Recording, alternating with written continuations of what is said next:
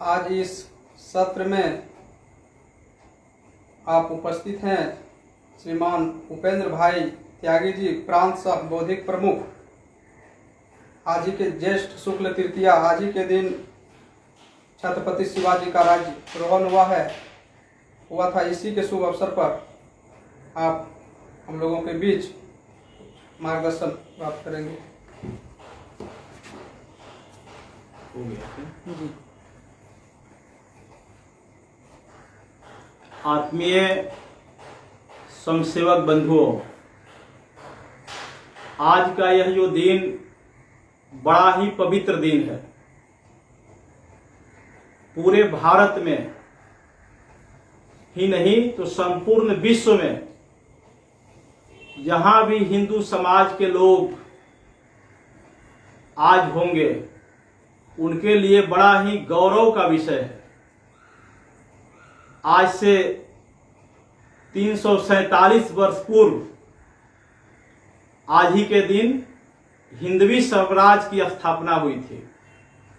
यानी छत्रपति शिवाजी महाराज आज ही के दिन वो राजा बने थे, छत्रपति धारण किया था। जब छत्रपति शिवाजी राजा बने, हिंदवी साम्राज्य की स्थापना किया, बंधुओं, उस समय का यह देश में दृश्य क्या था हम सब जानते हैं कि उस समय एक तरफ आदिल शाह, दूसरे तरफ कुतुब शाह, तीसरे तरफ निजाम, उधर दिल्ली में बैठा औरंगजेब, 5-5 सुल्तानों से घिरा हुआ और वह प्रदेश था। प्रत्येक दिन हजारों बहु बेटियों की इज्जत लूटी जाती थी। सैकड़ों संख्या में प्रत्येक दिन हिंदू समाज का कत्ल होता था। चारों सुल्तानों में आपस में कंपटीशन होती थी, कौन कितना हिंदू को मारता है। सबके दरबारों में सवा मन जनेऊ तोड़ा जाता था। बहु बेटियों की सरेआम इज्जत लूटी जाती थी। प्रत्येक दिन हजारों संख्या में गायें कटती थी। इस प्रकार का वातावरण था। हिंदू समाज अपना नाम भी ठीक से नहीं रखता था। स्वयं छत्रपति शिवाजी के पिताजी का नाम, उनके चाचा का नाम आप देखिए, शाह जी, चाचा का नाम शरीफ जी। हिंदू लोग, हिंदू राजा अपने नाम से पहले मिर्जा राजा लिखते थे, मिर्जा राजा जय सिंह। यानी हिंदू समाज एक तरह से और आत्मविश्वास खो चुका था। उसको लगता था कि अब भारत में कोई हिंदू राजा नहीं बनेगा, मुसलमानों की चाकरी करना ही मेरे भाग्य में लिखा हुआ है। इसलिए बड़े शान शौकत से लोग मुसलमानों के दरबार में जाकर के चाकरी करते थे। वहां अपनी शारीरिक क्षमता के अनुसार और वहां पर पद धारण करते थे। कोई सरलश्करी के पद पर नियुक्त होता था, कोई वजीर बनता था, कोई मुंशी बनता था, कोई घोड़ा के खिलाने वाला, कोई हाथी दौड़ाने वाला, कोई पैदल सैनिक में, कोई तोप चलाने वाला, कोई भोजन बनाने वाला, कोई सफाई कर्मी। इसी पदों पर हिंदुओं की नियुक्ति होती थी। यानी उस समय हिंदू समाज बिल्कुल निराश था, बिल्कुल निराश था। स्वयं छत्रपति शिवाजी के पिताजी शाह जी और जीजाबा मां के पिताजी, ये दोनों लोग कभी आदिल शाह के तरफ से, कभी कुतुब शाह के तरफ से, कभी निजाम के तरफ से और लड़ते थे। कभी और पिताजी और उनके छत्रपति शिवाजी के पिताजी और जीजाबाई के पिताजी कभी आमने सामने लड़ते थे दोनों के तरफ से। जब शाह जी कई युद्ध लड़ करके जब आते थे और जीजाबाई से कहते थे कि आज मैं दो दो सरदारों को और मैं आज हरा करके आया हूं, जीजाबाई बोलती थी आप किसको हरा कर आए हैं? अरे हारने वाला भी तो मुसलमान है और लड़ने वाला भी उधर से हिंदू और आप भी हिंदू, लेकिन जो सुल्तान है वो तो मुसलमानों के लिए आप लड़ रहे हैं। आप क्यों नहीं यहां के राजा बनते हैं? आप लड़ तो रहे हैं मुसलमानों के लिए। यानी जीजाबाई स्वयं अपने पति को दुत्कारती थी। बंधुओं, जब छत्रपति शिवाजी गर्भ में थे और 1630 में उसी समय और 1629 में जब शिवाजी गर्भावस्था में थे अपने मां के, उस समय और जीजाबाई के पिता और उनके भाई दोनों को निजाम ने अपने दरबार में और हत्या करवा दिया।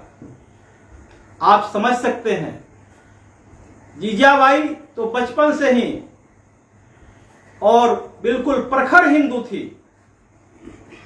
उनको बाल्यकाल से और यहां का अत्याचार, अनाचार, दुराचार, पापाचार, भेविचार को बहुत नजदीक से देखी थी जीजाबाई। बहुत कम आयु में जीजाबाई जब मंदिर में पूजा करने गई थी तो उसके पूजा के थाल को मुसलमानों ने लेकर के फेंक दिया था और उनके सामने ही मंदिर को तोड़ डाला था। ये 10-12 साल की आयु में। जीजाबाई की 14 साल की उम्र में शादी हो जाती है। जीजाबाई के गर्भ से 6 पुत्र होते हैं, लेकिन सबसे छोटे पुत्र छत्रपति शिवाजी महाराज का जब जन्म हुआ तो जन्म से पहले कहते हैं कि जो गर्भवती महिलाएं होती है उसकी कुछ इच्छा होती है। कैसी इच्छा?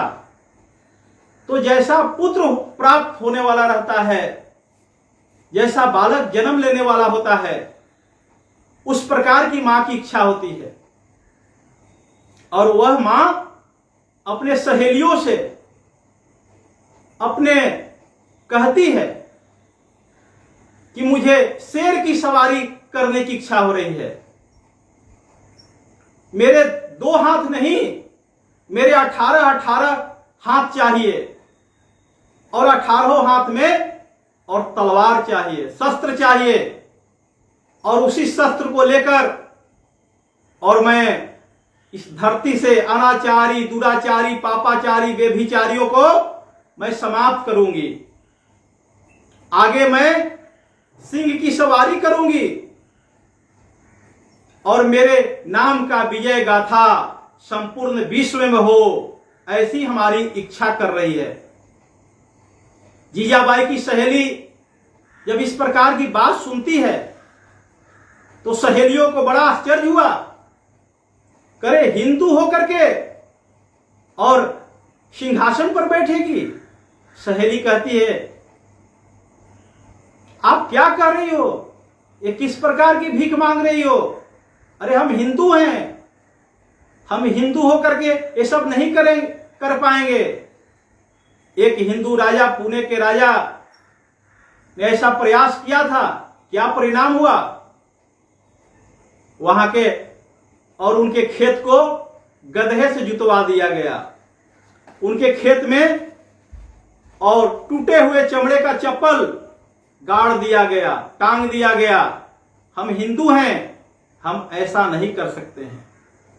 लेकिन उस समय जो देश भर में कई ऐसे साधु सन्यासी जो थे, जो अपनी यात्रा कर रहे थे, यात्रा के क्रम में जब घूमते थे, देखते थे, बहुत नजदीक से अपमान उनको सहना पड़ता था।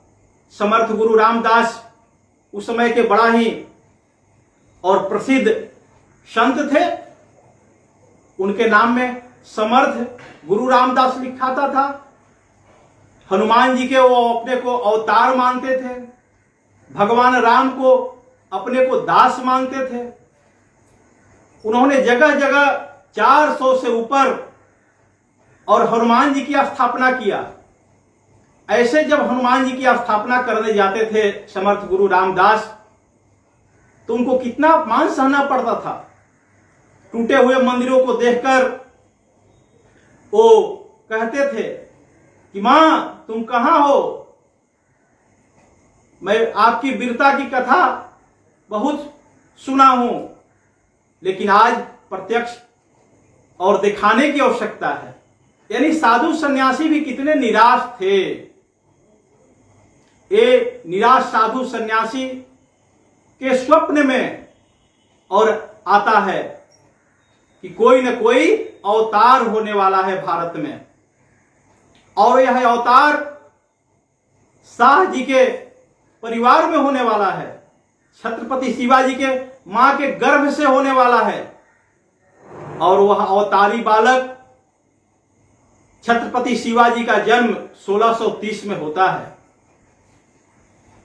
कहते हैं कि होनहार बीरवन के होते चिकने पात, उनके जन्म से ही ललाट पर और कहते हैं चमक दिखाई देने लगी। बहुत कम आयु में, और वो तलवार चलाना, खड़ग चलाना, भाला फेंकना, ये सब सीखना प्रारंभ कर दिए। घरों में आध्यात्मिक चर्चाएं होती थी। मां प्रत्येक दिन पूजा करने जाती थी। मां रामायण महाभारत की कहानियां सुनाती थी। भगवान कृष्ण कैसे युद्ध लड़ते थे, ये बचपन में ही छत्रपति शिवाजी को कृष्ण नीति समझ में आ गया था। उनके जो और शिवाजी बचपन में और सन्यासियों के देख रेख में उनका लालन पालन हुआ। जो अगल बगल जो समाज के उपेक्षित बच्चे थे, जिनको आज के भाषा में हम अछूत बोलते हैं, ऐसे परिवार के बच्चों के साथ छत्रपति शिवाजी महाराज जाकर के खेलने का काम करते थे। उनके बीच में अपना समय बिताते थे। उस समय लोग चर्चा करते थे कि शाह जी का बेटा और एक तरह से और उदंड हो गया है, क्योंकि शाह जी कोई सामान्य व्यक्ति नहीं थे। वो सरलश्करी के पद पर थे। आदिल शाह के दरबार में सेनापति थे। एक सेनापति का बेटा और समाज के पिछड़े वर्गों में जाकर के, उपेक्षित वर्ग, वंचित वर्गों में जाकर के उनके बच्चों के साथ खेलता है, दौड़ता है, कुश्ती लड़ता है, उनको भी और युद्ध कला सिखाता है। यह चर्चा थी। कहते शिवाजी धीरे धीरे जब बड़े हुए तो स्वयं उनके पिताजी आदिल शाह के दरबार में लेकर के गए। आदिल शाह के दरबार में जब जाते थे उनके पिताजी, तो सर झुका करके जाना पड़ता था। कमर से नीचे तक झुकना पड़ता था। ऐसे ऐसे हाथ करते हुए, कोर्निश करते हुए, और आदिल शाह के पास जाना पड़ता था। दरबार में आदिल शाह सिंहासन पर बैठा था। शाह जी दरबार में पहुंचते हैं और अपने पुत्र छत्रपति शिवाजी से स्वयं कोर्निश करने के बाद ये कहते हैं कि शिवा, ये अपने और जो बादशाह हैं, खलीफा हैं, मालिक हैं, इनको तुम सर झुकाओ, कोर्निश करो। कहते शिवाजी बहुत कम आयु के थे। सिंह के बच्चा जैसा शिवाजी सीना तान करके भरी दरबार में आदिल शाह के सामने सिंह गर्जना किया। शिवाजी ने कहा कि पिताजी, हमको अगर सर ही झुकाना होगा, मैं आपके सामने झुकाऊंगा, जीजा माता के सामने झुकाऊंगा, भारत माता के सामने झुकाऊंगा। ये आदिल शाह कौन है, इसके सामने मैं कोर्निश करूं और सर झुकाऊं? कहते आदिल शाह लज्जित हो गया। आदिल शाह शाह जी से कह रहा है, शाह जी आप अपने बेटे को लाने से पहले शाही दरबार के बारे में आपने कुछ बताया नहीं था क्या? शाही दरबार की क्या नियम है, क्या शान शौकत है, क्या व्यवस्था है, यह सब आपको बताकर लाना चाहिए था। आप ले जाइए इसको, और जब दोबारा आएंगे तो शाही दरबार के नियम कानून से परिचित करा करके आप लेकर के आएंगे।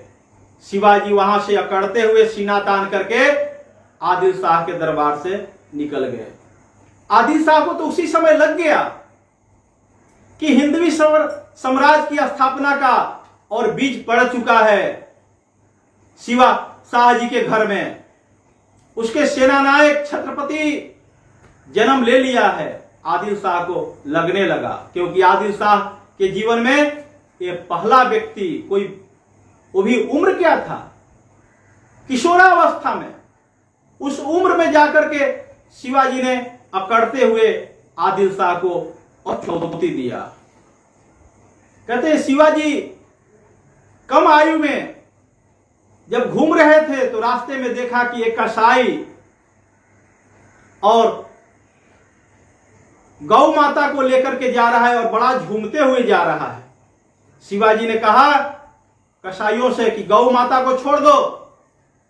कसाई जब गौ माता को छोड़ने से इनकार किया तो छत्रपति शिवाजी ने उसका हाथ ही काट डाला। यानी इतना निर्भीक, इस प्रकार के वो निर्भीक व्यक्ति थे। 16 साल की उम्र में और छत्रपति शिवाजी महाराज ने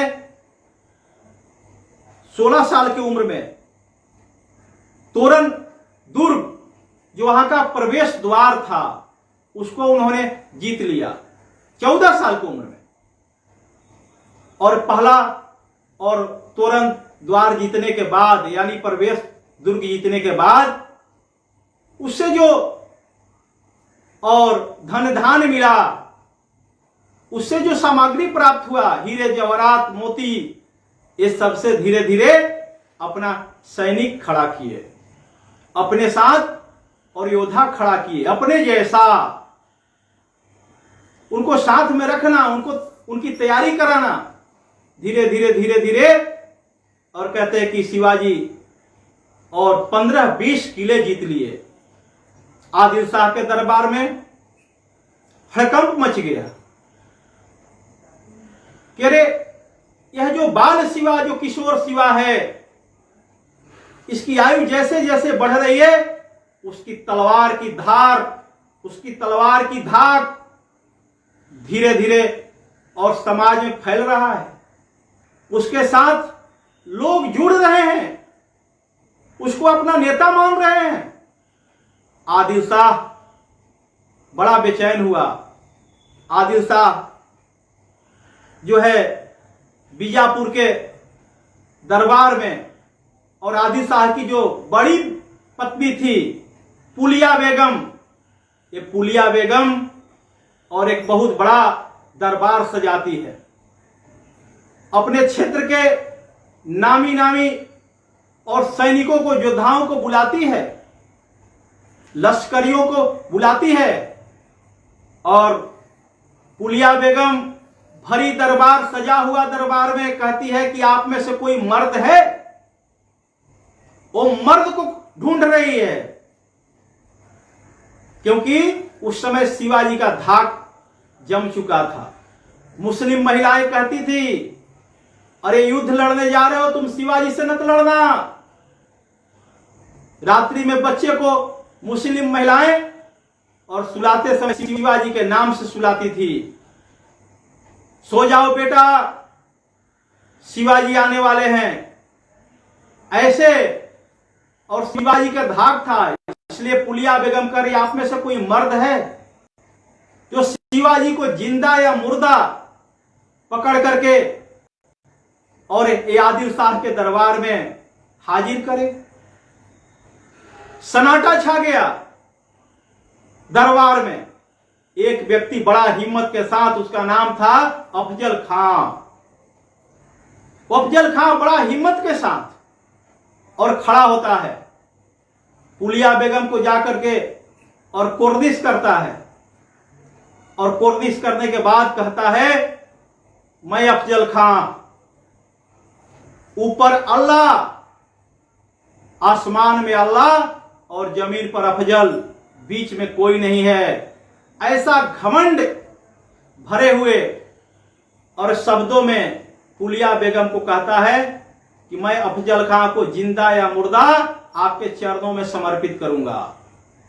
पुलिया बेगम बड़ा खुश होती है, कहते उठाओ पान की बीड़ा, अगर तुम अब छत्रपति शिवा को ला दोगे मेरे चरणों में, पान का बीड़ा उठाना पड़ेगा, पान का बीड़ा उठाओ।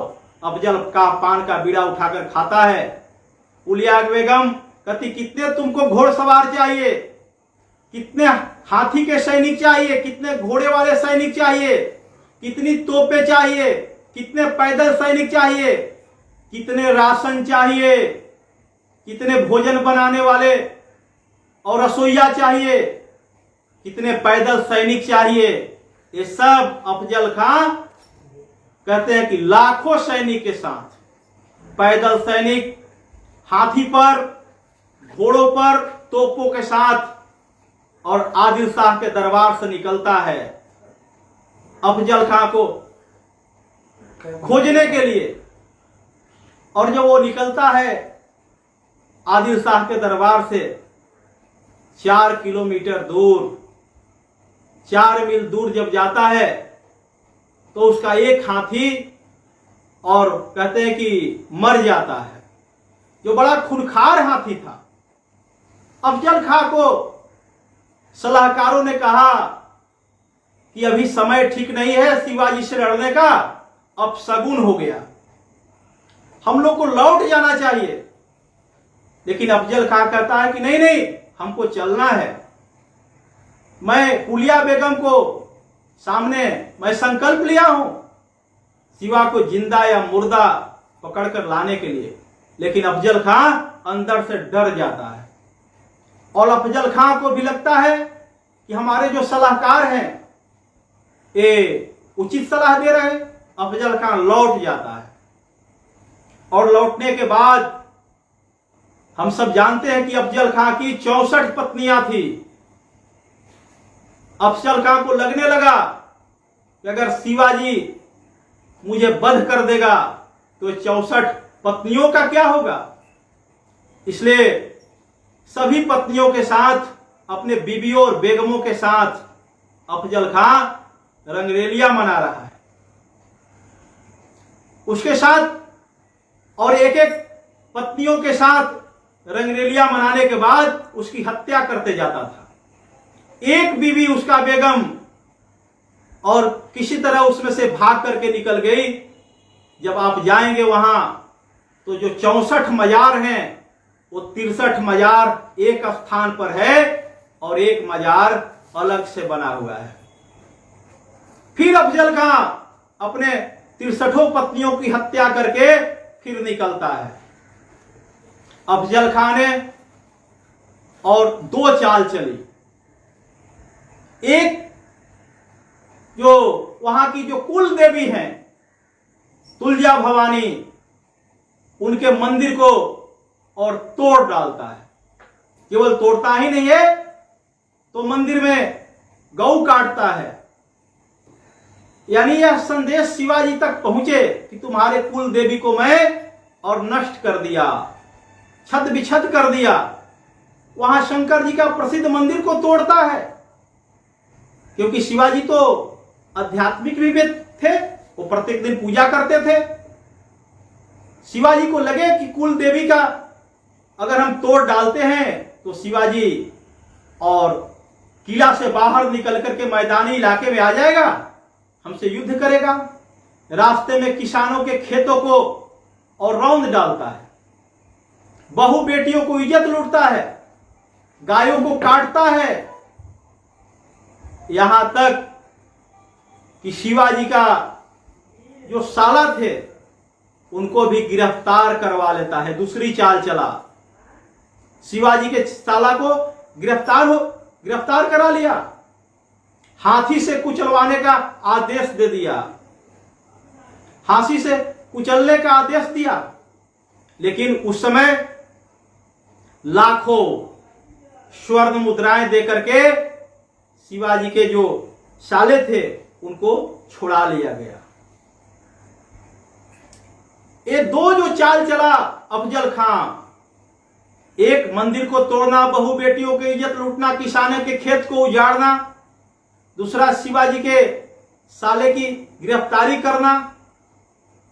शिवाजी तो अपने युद्ध कौशल के और रणनीतिकार थे। शिवाजी इतने युद्ध कौशल के रणनीतिकार थे कि जितनी उनकी तेज तलवार चलती थी उससे ज्यादा उनका तीक्ष्ण बुद्धि चलता था। कब युद्ध में आगे बढ़ना, कब पीछे हटना, ये सब जानते थे शिवाजी, क्योंकि पहले के राजाओं से उन्होंने सीख लिया था कि कैसे भोले भाले देश में राजा थे जो दुश्मन को और गिरफ्तार में आ जाने के बाद उसको माफ कर देते थे। बाद में उस राजाओं का क्या हाल होता था, ये सब छत्रपति शिवाजी महाराज और युद्ध की नीति क्या होनी चाहिए, ये बड़ा गंभीरता से छत्रपति शिवाजी महाराज स्वयं प्रतापगढ़ के किले पर चले आते हैं। शिवाजी भी प्रतापगढ़ के किले पर क्यों आए? क्योंकि यह किला पहाड़ी इलाकों पर था, बड़ा दुर्गम था। उस किले पर हाथी नहीं चढ़ सकता था, उस किले पर घोड़े नहीं चढ़ सकता था, या तो आने के लिए केवल पैदल सैनिक ही आ सकते थे। इसलिए आधी शक्ति तो छत्रपति शिवाजी अफजल खां का वही समाप्त कर दिया। एक तरह से आधी शक्ति छीन हो गई। धीरे धीरे धीरे धीरे प्रतापगढ़ से शिवाजी और एक वातावरण बनाए, ऐसा वातावरण कि मैं डर गया हूं। मैं अफजल खां का नाम सुनते ही मुझे बुखार आ गया है, मैं डरा हुआ हूं, मैं अफजल खां से नहीं लड़ सकता हूं। इसलिए अफजल खां के सामने हम अपना राज उसके चरणों में समर्पित करना चाहता हूं। ऐसा वातावरण छत्रपति शिवाजी महाराज बनाते हैं। कहते कि अफजल खां भी और धीरे धीरे और कई महीनों से चलते चलते चलते चलते जुलाई का महीना आ गया। धीरे धीरे बारिश भी शुरू हो गई। अफजल खां को भी लगा कि मंदिरों को मैं तोड़ा, शिवाजी के परिवार को गिरफ्तार किया, हजारों बहू बेटियों को इज्जत लूटी गई, किसानों के खेत फसल बर्बाद किए गए, यहां तक कि आम व्यक्ति भी शिवाजी को बोलना प्रारंभ कर दिया कि बड़ा तुम मर्द बनता था, अब निकलो हमारी रक्षा करो। लेकिन शिवाजी इस अपमान को सह लिए, क्योंकि उनकी दृष्टि अंतिम विजय पर था। अंतिम विजय किसकी? अगर मैं बचता हूं तो तुलजा भवानी का मंदिर फिर से खड़ा हो जाएगा, भगवान शंकर का मंदिर फिर से खड़ा हो जाएगा, फिर से नए फसल लग जाएंगे, हरा भरा साम्राज्य हो जाएगा, बहु बेटियों की भविष्य में कोई इज्जत नहीं लूटेगा। यह शिवाजी की अंतिम दृष्टि थी। इसलिए शिवाजी के सामने और अफजल खां और अपना दूत भेजता है, थक करके कृष्णा जी भास्कर, वो जाति से ब्राह्मण थे, अपने दूत को और छत्रपति शिवाजी के पास भेजता है अफजल खां कृष्णा जी भास्कर को। कृष्णा जी भास्कर आते हैं प्रतापगढ़, शिवाजी से मिलते हैं। शिवाजी बातचीत के क्रम में उनको समझाने में सफल हो गए कि मैं अफजल खां से डरा हूं।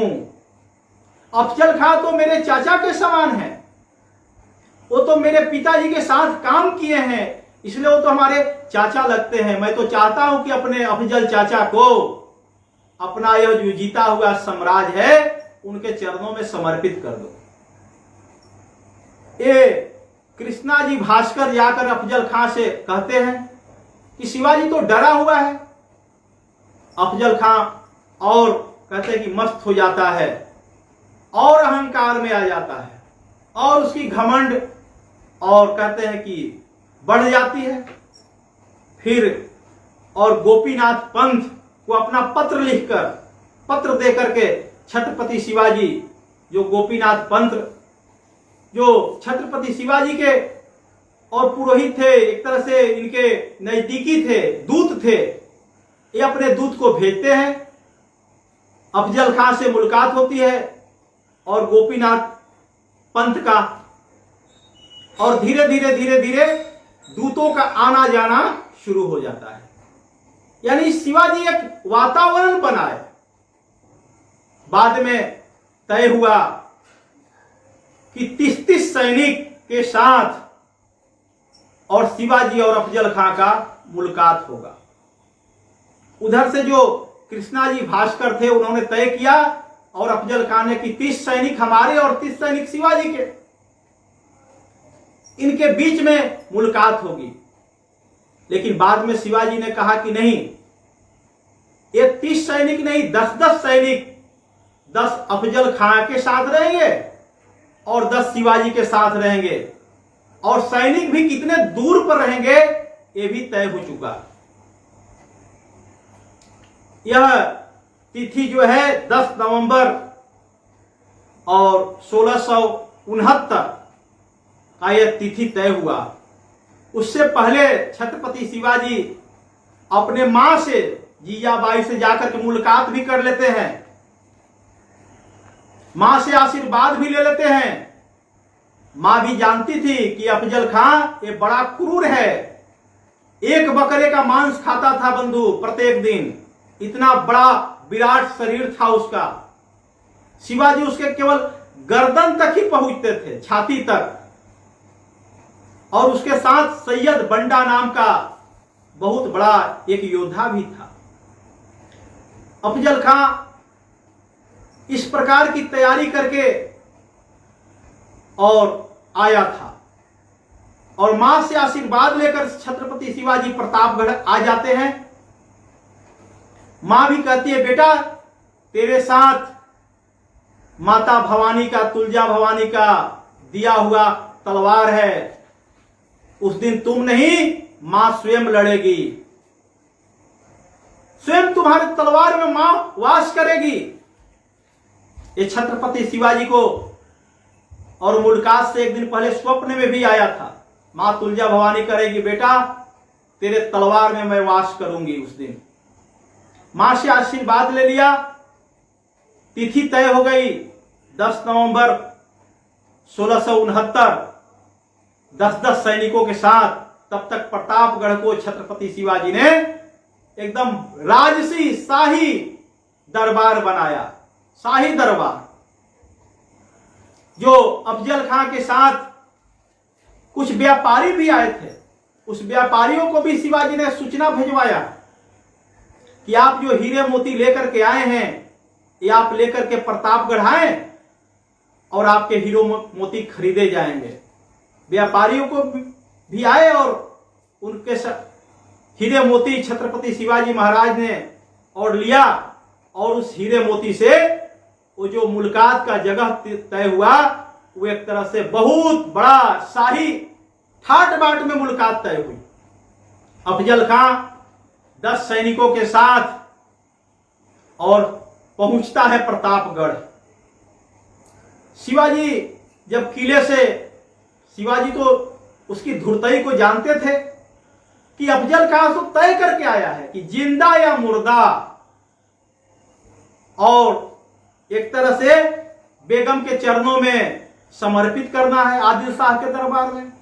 तो हमको तो आज जिंदा या मुर्दा लेकर के जाएगा, इसलिए मुझे उसको जिंदा वापस नहीं छोड़ना है। इसलिए छत्रपति शिवाजी अपनी युद्ध नीति के तहत अपने 10 उंगलियों में बघनाखा पहना, और जो लोहे का उनका और एक तरह से झूल था, चादरा थी, वो शरीर पर धारण किया। ऊपर से राजसी ठाट बाट में शिवाजी जब किले से निकलते हैं तो देखते हैं कि अफजल खां और सामियाना में बैठा है, उसके बगल में ही खड़ा है और सैयद बंडा, शिवाजी वहीं रुक जाते हैं और अपने दूत को भेजते हैं कि सैयद बंडा को वहां से हटने के लिए कहिए। सैयद बंडा और कुछ दूरी पर जाकर के खड़ा होता है कि जो तय हुआ है, दूरी कितने दूरी पर सैनिक खड़े रहेंगे उसका पालन होना चाहिए। छत्रपति शिवाजी ने और अपने दूत के माध्यम से उसका पालन कराया। और शिवाजी के साथ जो जीवा महाल थे, ये शिवाजी ने जीवा महाल को तैयारी करके रखा था कि जैसे ही सैयद बंडा अगर हम पर आक्रमण करता है, आप हमको मत दिखिएगा, आप सीधे सैयद बंडा को वहीं वध कर दीजिएगा। यानी उसके जो 10 सैनिक थे, शिवाजी के 10 सैनिक उसके नजर से नजर मिला के 10 सैनिक को देख रहे थे। शिवाजी पहुंचते हैं उस शाही दरबार में, अफजल खां को जाकर के और कहते हैं, अफजल चाचा आप तो हमारे पिताजी के समान हैं, हमारे पिताजी के साथ आपने काम किया है, आपका तो नाम सुनते ही मैं डर गया था। अफजल खां समझा इस मौके का लाभ लेना चाहिए। अफजल खां तुरंत और कहते कि बाएं और कंधे से शिवाजी को अपने छाती में दाबता है और दाहिने हाथ से कटार निकाल करके माथे के ऊपर चलाने का प्रयास करता है। तब तक शिवाजी सचेत हो गए और अपनी बगनाखा लगाकर उसके आंत को वहीं फाड़ दिया। वही अफजल खां दागा दागा तोबा तोबा करते हुए गिर जाता है। तब तक सैयद बंडा और शिवाजी पर आक्रमण करता है। तब तक जीवा महाल तुरंत सैयद बंडा को वहीं कत्ल कर देता है। अंत में शिवाजी पर तलवार किसने चलाया? जो कृष्णाजी भास्कर थे, उन्होंने छत्रपति शिवाजी पर तलवार चला दिया। अफजल खां के वध होते शिवाजी ने कहा कि मैं अपने जीवन में ब्राह्मण पर, स्त्री पर, गौ पर तलवार नहीं चलाता हूं, हत्या नहीं करता हूं, लेकिन आपने ब्राह्मण होकर के और यहां तलवार मुझ पर चलाया है, इसलिए आपको वहीं पर छत्रपति शिवाजी उनका भी वध कर देते हैं। 10 सैनिक मारे जाते हैं। प्रतापगढ़ से तोपों की आवाज और गरजती है। जब तोपों की आवाज सुनाई दिया, नीचे जो सैनिक थे आए हुए अफजल खां के साथ, उनमें सन्नाटा पसर गया और शिवाजी के मालवे सैनिक और टूट पड़े और अफजल खां के सैनिकों को वहीं बोटी बोटी और कर दिया। अफजल खां का वध करना एक साधारण विषय नहीं था बंधुओं। अफजल खां का वध होते ही और कहते हैं पूरे देश में हाहाकार मच गया। सारे सुल्तान और कांप उठे, दिल्ली का दरबार भी और कांपने लगा। ऐसा शिवाजी के जीवन की कितनी घटनाएं हैं। कहते क्योंकि औरंगजेब तो उनका सबसे बड़ा दुश्मन था, लेकिन औरंगजेब से कैसे वो अपने पिताजी को पत्र लिखकर छुड़वा भी लेते हैं और आदिल शाह के और दरबार से कैसे औरंगजेब को चुनौती भी देते हैं। ये सब आप गहराई से जब अध्ययन करिएगा तो लगेगा कि यह छत्रपति शिवाजी महाराज का जो और राज था, ये शिवाजी का जो चरित्र था, यह चरित्र हर हिंदू के अंदर होनी चाहिए। शिवाजी का जो युद्ध नीति, शिवाजी का जो तीक्ष्ण और बुद्धि, उनकी तलवार चलाने की क्षमता, ये हर हिंदू के अंदर होना चाहिए। हम शाखा में खेल खेलते हैं, मैं शिवाजी यानी क्या? जो व्यक्ति और कहते कमजोर है, उसकी लड़ाई को लड़ने वाला, उस समय की स्थितियां क्या थी, कैसा विकट वातावरण था एक तरह से, और पूरे भारत में ये वातावरण गूंज गया था कि अब तो शिवाजी अफजल खां से नहीं बचेगा। लेकिन अफजल खां जैसा क्रूर, एक बकरे का मांस खाने वाला, 64 पत्नियों के साथ जीवन बिताने वाले अफजल खां को भी शिवाजी ने वही 2 टुकड़े कर दिया। इसका प्रभाव संपूर्ण भारत में पड़ा। संपूर्ण भारत के मुगल सल्तनत और सचेत हो गए, शिवाजी को पकड़ने के लिए अलग अलग प्रकार से रणनीति बनाए। बंधुओं, ये विषय बहुत लंबा है। छत्रपति शिवाजी महाराज का जीवनी कोई हम 40-50 मिनट में नहीं समझ सकते हैं, नहीं सुन सकते हैं, लेकिन उनके कुछ जीवन के प्रसंग कि शिवाजी कैसे और राजा बनने के बाद, राजा बनने से पहले कैसे उन्होंने युद्ध लड़ा, कैसे उनकी मां और कहते हैं जीव और शिवाजी की मां जीजाबाई जब और अपने किले में खड़ा होती है और शाम के समय में तो देखती है कि गोड़ाना का जो किला है वो किला पर और मुसलमानों का झंडा फहर रहा है।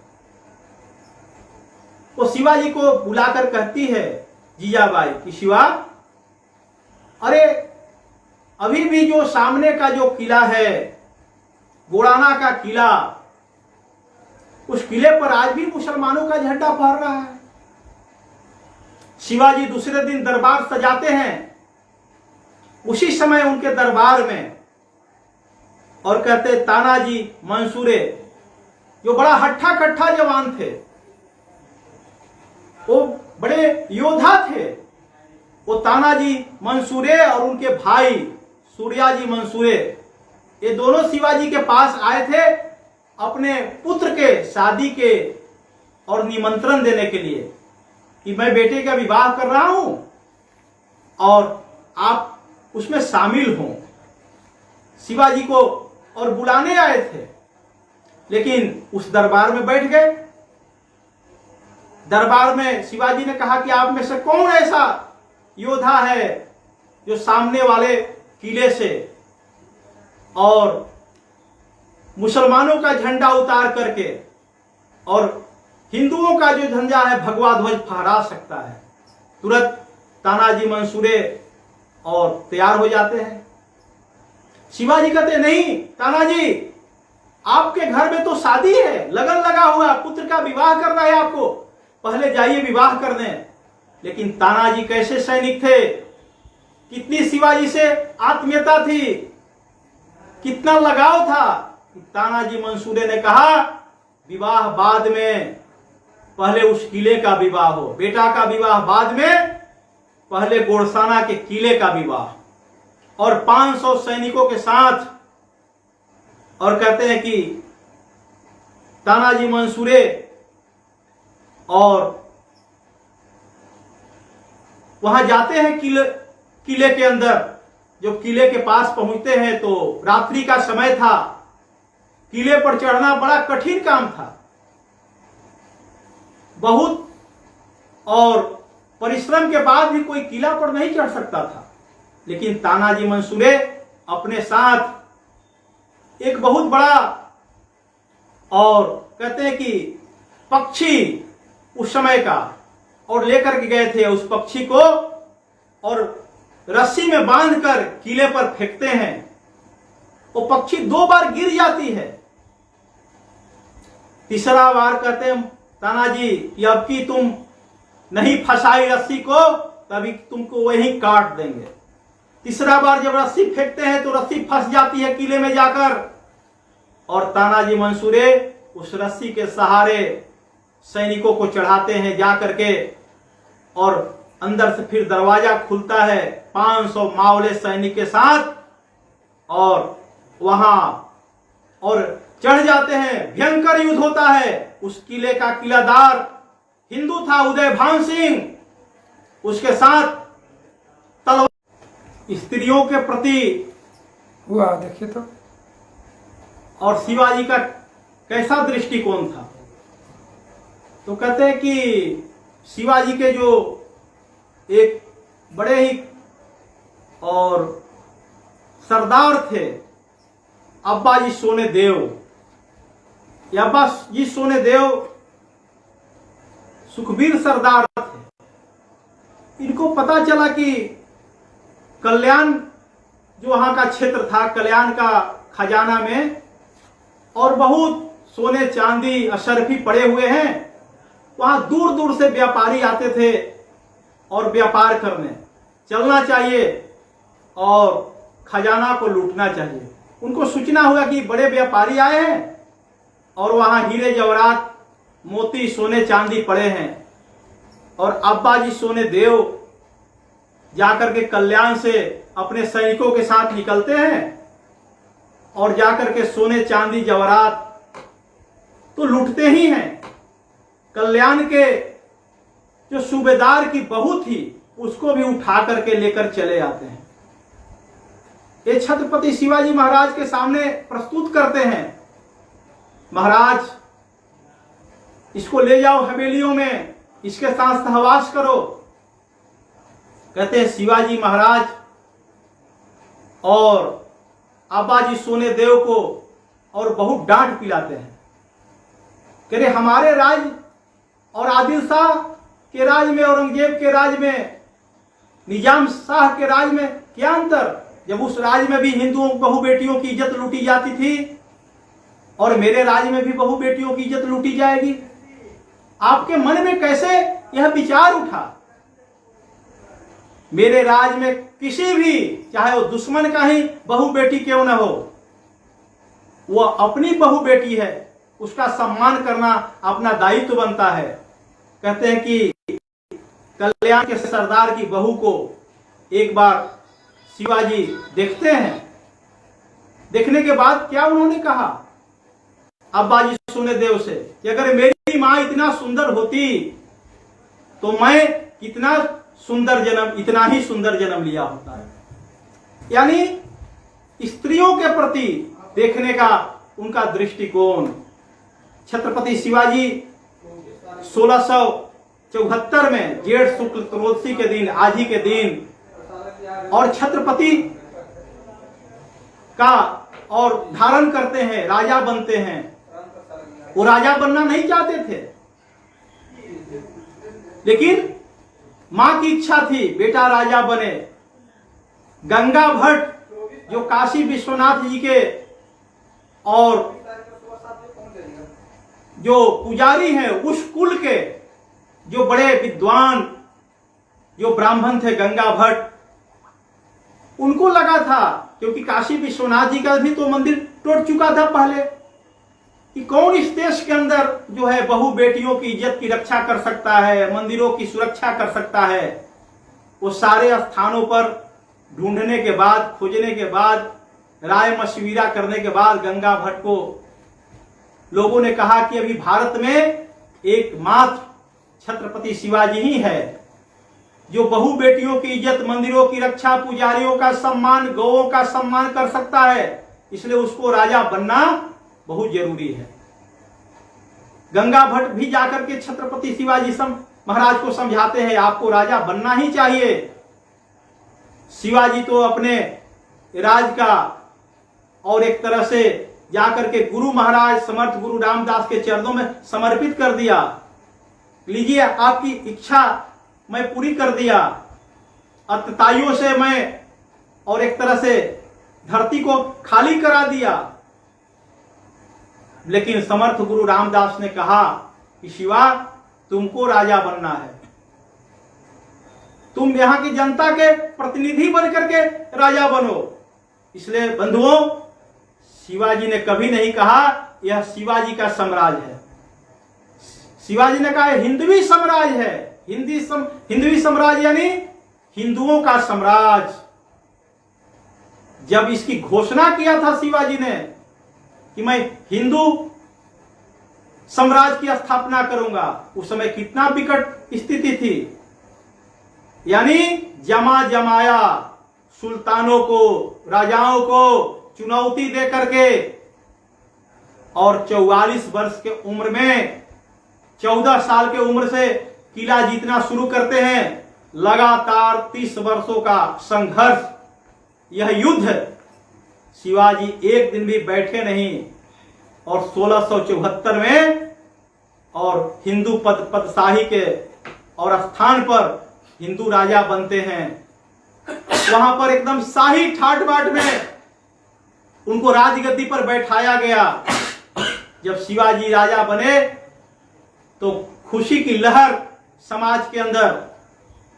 बंधुओं, जब शिवाजी ऐसे विकट परिस्थितियों से लड़ सकते हैं, जमा जमाया राज को समाप्त कर सकते हैं, सुल्तानों को बंद कर सकते हैं, अत्याचारियों से धरती को खाली करा सकते हैं, जो शिवाजी के समय की परिस्थितियां थी, आज भी कमोबेश वो परिस्थितियां अपने देश में दिखाई दे रही है।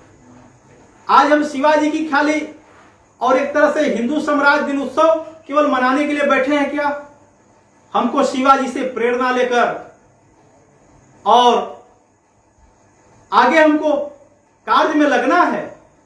जो शिवाजी के समय, उस समय का दृश्य क्या था जब शिवाजी का जन्म हुआ था, उससे पहले का दृश्य क्या था, यह हम ठीक से उसका अध्ययन करें और आज का दृश्य देखें। भारत के अंदर अभी अभी बंगाल के अंदर जो चुनाव हुआ, चुनाव के बाद कैसा दृश्य हुआ वहां का, वहां के और मुसलमान योजनाबद्ध तरीके से हिंदुओं पर टूट पड़े। लाखों हिंदुओं को घर छोड़ना पड़ा इसी भारत के अंदर, बंगाल के अंदर। जो घर छोड़ करके आसाम के अंदर, कोई झारखंड के अंदर, उनके बहू बेटियों को इज्जत लूटा गया। जो उस समय का दृश्य था, क्या यह आज आपके आंखों से सामने यह दृश्य नहीं दिखाई देता? आप जहां पर हैं वहां क्या आज चल रहा है? प्रत्येक दिन भारत में आज लाखों हिंदू लड़कियों को और मुसलमान युवक अपने नाम बदलकर, उसका नाम सरफराज है, शाहनवाज है, शकील है, एक गुड्डू, चिंटू, पिंटू नाम रखकर लव जिहाद चला रहे हैं। प्रत्येक साल 1,10,000 हिंदू लड़कियां लव जिहाद के शिकार हो रही है। क्या हम शिवाजी से प्रेरणा प्राप्त करके इसको नहीं रोक सकते हैं? इसको कौन रोकेगा? कोई बाहर का व्यक्ति रोकेगा क्या? उसको रोकने के लिए हमको आगे आना पड़ेगा। जब शिवाजी उस समय हिंदवी स्वराज की स्थापना कर सकते हैं, हम भी कर सकते हैं, क्योंकि हम उन्हीं के कुल के हैं। हमारे ही परिवार के छत्रपति शिवाजी महाराज थे, हम उन्हीं परंपरा के हैं। हम शिवाजी से और युद्ध कौशल सीखे, उनकी हम रणनीति को सीखे, और लव जिहादियों से और बहु बेटियों के इज्जत की रक्षा करें। हम जो लव जिहादी आज नाम बदल करके और पैसे को लालच दे करके और हिंदू बहु बेटियों को जो और एक तरह से इस्लाम के अंदर मुसलमान बना रहे हैं, उसको हम रोक सकते हैं क्या? आज लैंड जिहाद की समस्या भारत में, करोड़ों एकड़ जमीन आज जिस पर रोहिंग्या मुसलमान बैठे हुए हैं, लाखों संख्या में बांग्लादेशी, 4 करोड़ आज भारत के अंदर बांग्लादेशी घुसपैठिए, असम के अंदर, नागालैंड के अंदर, त्रिपुरा, मिजोरम के अंदर, पश्चिम बंगाल के अंदर, बिहार के अंदर, देश के कोने कोने में, जम्मू कश्मीर के अंदर अलग अलग नामों से ये 4 करोड़ आज बाहरी घुसपैठिए भारत में बैठे हुए हैं। ये लैंड जिहाद कर रहे हैं। ये लव जिहाद से, लैंड जिहाद से, पॉलिटिकल जिहाद से ये कौन बचा सकता है? अगर इससे बचाना है हमको, तो हमको छत्रपति शिवाजी के जीवन को हम ठीक से अध्ययन करें, उनके पद चिन्हों पर चलें। आने वाला समय में समसेवक बंधुओं जब संकल्प लेता है, उस काम को पूरा करता है, क्योंकि वो शिवाजी को अपना आदर्श मानता है। परम पूजनीय डॉक्टर जी से भी किसी ने पूछा, आप आदर्श किसको मानते हैं? डॉक्टर जी भी कहते हैं, ऐसे तो हमारा गुरु भगवा ध्वज है, तत्व के रूप में, निराकार के रूप में, लेकिन साकार के रूप में हम आदर्श मानते हैं हनुमान जी को, छत्रपति शिवाजी को हनुमान जी यानी असंभव काम को संभव करने वाला। यही तो समर्थ गुरु रामदास ने शिवाजी को मंत्र दिया था, शिवा तुमको हनुमान जी की काम करना है, असंभव जो दिख रहा है काम उसको संभव करके दिखाने वाला, इम्पॉसिबल को पॉसिबल बनाने वाला। आज स्वयंसेवक का दायित्व बनता है बंधुओं कि हम जहां पर हैं, ये हिंदू समाज को हम प्रतिज्ञा लेते हैं, उस संकल्प लेते हैं अपने और हिंदू समाज को शक्तिशाली बनाने का, सामर्थ्यशाली बनाने का। ये शक्तिशाली सामर्थ्यशाली हम हिंदू समाज को बनाएं, आने वाली सदी को 21वीं सदी ये हिंदू सदी बनाएं। हिंदू सदी यानी सबकी रक्षा करने वाली सदी। छत्रपति शिवाजी की राज, हिंदू राज यानी शिवाजी के राज, जिस राज में सबकी रक्षा हो, स्वदेशी का चिंतन हो, पर्यावरण का चिंता हो, स्वच्छता का चिंतन हो, नौ और व्यापार कैसे खड़ा हो इसका चिंतन हो, कैसे हमारी सामरिक शक्तियां बढ़े इसका चिंतन हो। शिवाजी के राज में सब प्रकार की शक्तियों को शिवाजी ने खड़ा किया था। हमको भी आज जेठ शुक्ल त्रयोदशी के दिन ये हिंदू साम्राज्य दिनोत्सव के अवसर पर हमको भी संकल्प लेना है कि आने वाला समय में अपने समाज से छुआछूत से ऊपर उठाएंगे समाज को और हिंदू समाज को शक्तिशाली बनाएंगे।